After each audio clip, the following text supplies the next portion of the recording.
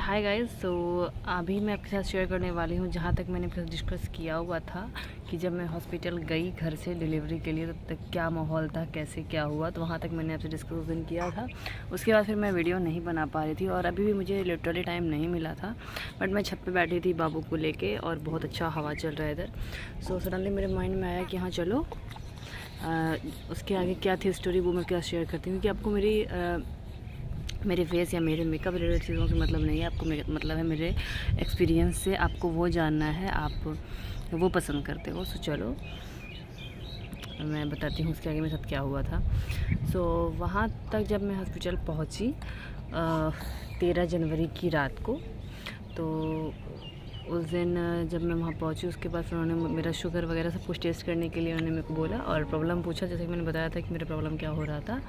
तो मैंने उनको बोला कि हाँ ऐसा ऐसा हो रहा है और मैं समझ नहीं पा रही हूँ कि क्या है, क्यों है, क्या मेरी डिलीवरी हो जाएगी आज। तो उन्होंने बोला कि देखते हैं, कोशिश करते हैं। और सबसे पहले उन्होंने मुझसे ये पूछा कि आपको कौन सी डिलीवरी चाहिए, आपको नॉर्मल डिलीवरी की तरफ जाना है या फिर सी सेक्शन के साइड जाना है। तो मैंने बोला चलो नॉर्मल ट्राई करेंगे हम पहले, अगर नॉर्मल नहीं होगा तो फिर सी सेक्शन तो है ही हमारे पास लास्ट में, पर मैं कोशिश करूँगी कि नॉर्मल हो जाए। ये बात मैंने बोला था रात के लगभग 12:30-1 बजे। उसके बाद उन्होंने जो भी प्रोसेस थे मेरा फ़ाइल वगैरह ले लिया और उन्होंने डॉक्टर से बात किया और उसी मोमेंट पे वो लोग सी सेक्शन के लिए भी मेंटली तैयार होते हैं, फिज़िकली हर एंगल से तैयार होते हैं कि कंडीशन कब क्या होगा तो वो सडनली कर देंगे, तो आपको प्रिपेयर रखेंगे। तो उसके बाद उन्होंने मुझे वॉशरूम जाना था, मैंने बोला वॉशरूम जाना है। सो उन्होंने बोला कि नहीं अब आपको हम उठने नहीं देंगे। उस टाइम मैं इमरजेंसी में नीचे ही थी, इमरजेंसी वार्ड में। उस टाइम मुझे ऊपर शिफ्ट नहीं किया था, तो मैंने बोला मुझे जाने दो। उन्होंने बोला नहीं तुम बेड पे कर लो, हम तुमको वॉशरूम जाने नहीं देंगे। मैंने बोला अरे मेरी मानो, क्योंकि अभी ऐसा कुछ भी नहीं है, मैं जाऊँगी और मैं दरवाज़ा लॉक नहीं करूँगी, आप वहीं पे खड़े रहना, बट मुझे वॉशरूम जाने दो, मैं यहाँ पे नहीं कर सकती। तो फिर उन्होंने मुझे ज़िद किया, तो फिर मैंने उनसे बहुत बोला कि यार प्लीज़ जाने दो, मुझे यहाँ नहीं होगा।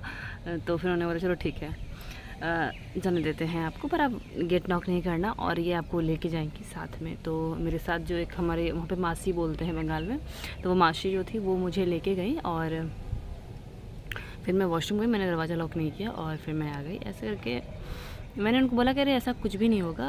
और उसके बाद एक चीज़ क्या होता है कि आपको जब ऐसा कंडीशन होता है तो आपको वो सजेस्ट करते हैं कि आप वॉशरूम जाओगे तो आप पेन पे नहीं बैठोगे, आप बाहर करोगे, लाइक नीचे में करोगे बैठ के, पेन पे नहीं करोगे। जो वॉशरूम का कमोड या इंडियन जो भी है उस पर आप नहीं जाओगे, क्योंकि उन लोगों को डर होता है कि सडनली कभी भी डिलीवरी अगर हो जाएगी तो बेबी वगैरह का प्रॉब्लम हो सकता है उसमें जाने से।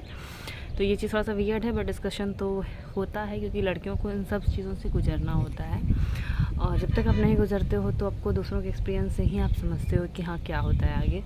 और मेरा ये एक्सपीरियंस है, मैंने किसी से कुछ नहीं पूछा था इन सब के बारे में, तो इसके लिए मुझे ये सब चीज़ें बहुत अजीब लग रही थी कि ये क्या हो रहा है मेरे साथ। तो उन्होंने मुझे बोला कि चलो ठीक है आप जाओ वॉशरूम। तो मैं गई और मैं वो दरवाजे के पास ही थी, मैं अंदर आ रही थी। मैंने बोला नहीं आप अंदर मत आओ, आप उधर खड़े रहो, मैं दरवाज़ा लॉक नहीं करूँगी और कुछ भी होगा तो मैं आपसे आवाज़ लगाऊँगी। तो फिर वो मुझे लेके आई बाहर, मैं अच्छे से आके फिर मैं लेट गई। फिर उन्होंने सारा प्रोसेस वगैरह कर दिया और उन्होंने बोला कि आपके जो भी ड्रेस वगैरह है आप अपना ड्रेस को चेंज करो और जो हॉस्पिटल का गाउन है आप वो पहनो। तो उसी मोमेंट पे मैंने हॉस्पिटल का गाउन पहन लिया, इमरजेंसी में ही मैंने पहना था। तो सारी चीज़ें पहना और साथ ही में एक चीज़ और होता है कि आपने जो भी पहना है, जैसे कि मैंने इयररिंग वगैरह पहना था उस टाइम, तो मेरे पास इस समय मेरे एक डायमंड की रिंग थी, गोल्ड थी, मतलब सारी चीज़ें मुझे पहनने का शौक़ तो था ही। तो जो भी मैंने पहना था और उस टाइम मैंने बहुत कम चीज़ें पहनी हुई थी उस मोमेंट पे, क्योंकि मैं पहन रही थी बट मुझे पता था कि हाँ अब ऐसा कंडीशन कभी भी हो सकता है। तो मैंने 2 रिंग पहना हुआ था, एक इसमें पहना हुआ था और 2 या शायद नहीं एक ही रिंग पहना था, एक रिंग पहना हुआ था और ईयर में कुछ नहीं था। मेरे गले में मैंने एक जंतर डाला हुआ था, ताबीज़, और पैर में बिछिया था, पायल भी नहीं था, नोज़ रिंग था। तो हमारे में ये होता है कि नोज़ रिंग आप कभी नहीं उतारते जब तक नोज़ रिंग मतलब एक सुहागन स्त्री का निशानी होता है। तो नोज़ रिंग मैंने नहीं निकाला, उन्होंने बोला नहीं आपको निकालना होगा। इनफैक्ट मेरे हाथ में एक धागा था, उन्होंने उसको भी निकाल दिया। तो ओवरऑल सारी चीज़ें उन्होंने मेरी निकाल दी, नोज़ रिंग और जो भी था। फिर मैं सिंपल बस थी, ये इतना प्रोसेस मेरा ग्राउंड फ्लोर पे इमरजेंसी वार्ड में इतनी चीज़ें मेरी हुई।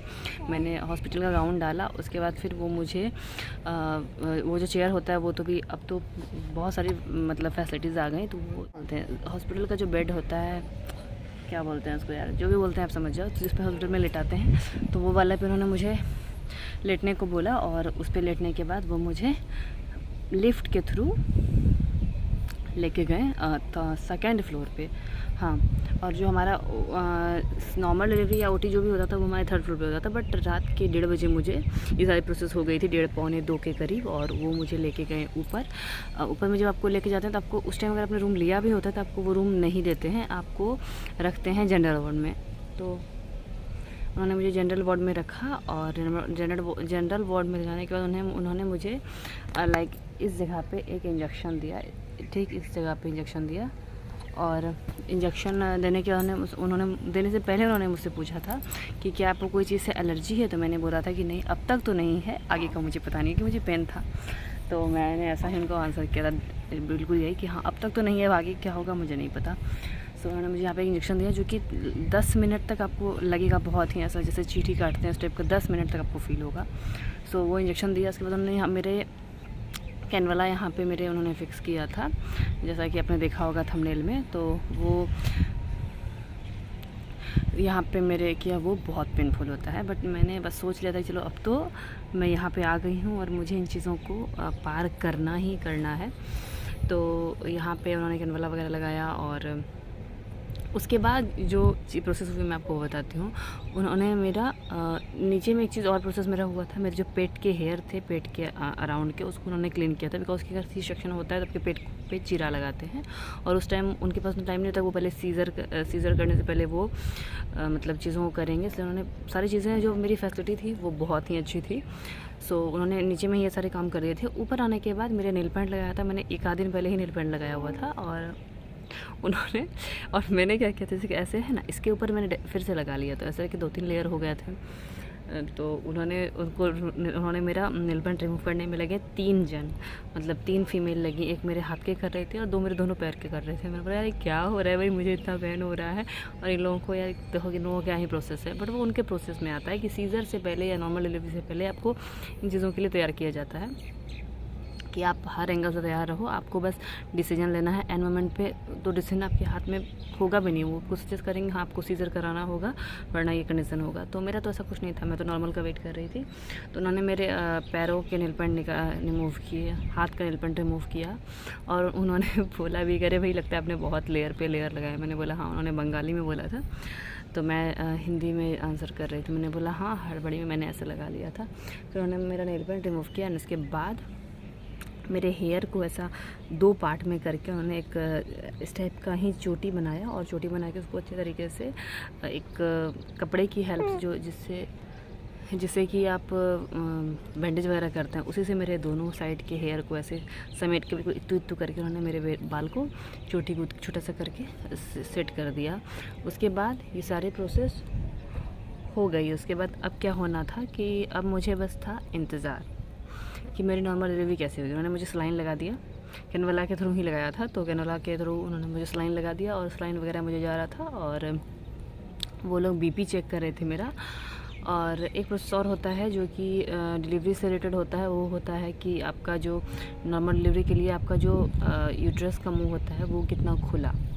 तो ये चीज़ मेरी एक बार नीचे भी हुई थी और नीचे वाला मैं बताना भूल गई, जब मैं नीचे ग्राउंड फ्लोर पे थी इमरजेंसी वार्ड में, वहाँ पे भी ये सेम चीज़ हुआ था कि हाँ क्या मेरी डिलीवरी हो सकती है। और डॉक्टर ने उस टाइम ही फ़ोन किया था और उसको बोला कि यार ये क्या कराना चाहती है, नॉर्मल या सी सेक्शन। मैंने उनको बोला था कि मैं रात भर इंतज़ार करूँगी, अगर देखते हैं अगर सीज़र नॉर्मल नहीं होगा तो फिर हम सी सेक्शन की तरफ जाएँगे या फिर मैं बर्दाश्त नहीं कर पाऊँगी। तो इस तरीके से कुछ हुआ था। और ऊपर जाने के बाद उन्होंने फिर से डॉक्टर को, मैंने बोला यार फ़ोन करो डॉक्टर को, पूछो वो कब आएंगे। तो डॉक्टर का सुबह का 7 बजे डॉक्टर को आना था और मेरी रात कटनी, अब टफ़ नाइट जो थी वो शुरू हो गई। और एक चीज़ मेरे साथ क्या हो रहा था कि वहाँ पे और भी जो लोग थे वो सारे सो रहे थे, कि मतलब जिनका नॉर्मल था वो सो रहे थे, किसी का सलाइन चल रहा था फिर भी वो सो रहे थे। तो कुछ 4-5 लोग थे नॉर्मल वार्ड में, जनरल वार्ड में। 5 लोगों के साथ 5 फीमेल वार्ड अलग था, जेंट्स वार्ड अलग था। तो फीमेल वाले में मैं थी और वहाँ पे कुछ 5 लेडीज़ थी। अब मुझे विंटर का टाइम था बट मुझे लग रही थी गर्मी और फिर ठंडा, तो जो मुझे ऐसा गर्मी ठंडा वाला जो मौसम ऐसा हो रहा था, तो मैं फ़ैन चलवा रही थी, तो बगल वाले बोल रहे थे यार फ़ैन मत चलाओ मुझे खांसी आता है। कुछ इस तरीके का हुआ था। और इसके बाद की जो कहानी थी वो काफ़ी इंटरेस्टिंग होगी आप लोगों के साथ, लेकिन मैं इस वीडियो में उसके आगे की कहानी स्टोरी शेयर नहीं कर सकती क्योंकि वीडियो ऑलरेडी लगभग 10 मिनट का हो गया है। सो इसके आगे की स्टोरी मैं अगर सुनाऊँगी आपको नेक्स्ट पार्ट में, जल्द सुनाऊँगी, आजकल में ही सुना दूँगी। बट अभी ये स्टोरी यहाँ तक ही है कि मेरा रात कटना शुरू हुआ। रात कैसे कटा वो आपको नेक्स्ट वीडियो में बताएंगे, और डिसीजन फिर फाइनली कैसे क्या हुआ वो आपको नेक्स्ट वीडियो में बताएंगे। सो चलो मिलते हैं नेक्स्ट पार्ट में, और इंतज़ार करना मेरा। अगर वीडियो अच्छा लग रहा है, एक्सपीरियंस आपको पसंद है तो प्लीज़ वीडियो को लाइक कर देना, चैनल को सब्सक्राइब कर देना। ओके, सो चलो मिलते हैं नेक्स्ट वीडियो में। Bye bye.